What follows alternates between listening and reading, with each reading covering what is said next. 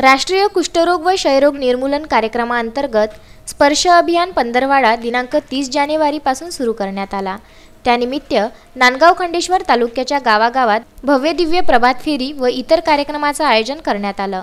यावेळी कार्यक्रमादरम्यान कुष्ठरोग व क्षयरोग यांची लक्षणे, उपाय व औषधोपचाराविषयी तालुका आरोग्य अधिकारी व ग्रामीण रुग्णालयाच्या वैद्यकीय अधीक्षिका डॉक्टर प्रवीणा देशमुख यांनी मार्गदर्शन केलं।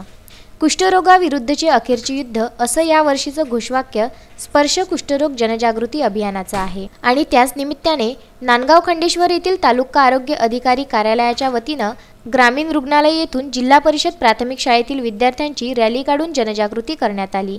या रॅलीमध्ये ग्रामीण रुग्णालयाच्या वैद्यकीय अधीक्षिका डॉक्टर प्रवीणा देशमुख, तालुका आरोग्य अधिकारी डॉक्टर साहेबराव इंगडे, निम वैद्यकीय कर्मचारी शरद अंबाडकर, वरिष्ठ उपचार पर्यवेक्षक भरत गाठेकर, व्ही.पी. राऊत, आर.डी. पवार, राजेश दिवे, आनंद कोराणे, अभिजित वडनेरकर, गटप्रवर्तिका शालिनी मोरोटकर, आशा स्वयंसेविका, ओंकारखेडा येथील जिल्हा परिषद प्राथमिक शाळेतील शिक्षक व विद्यार्थी मोठ्या संख्येने उपस्थित होते।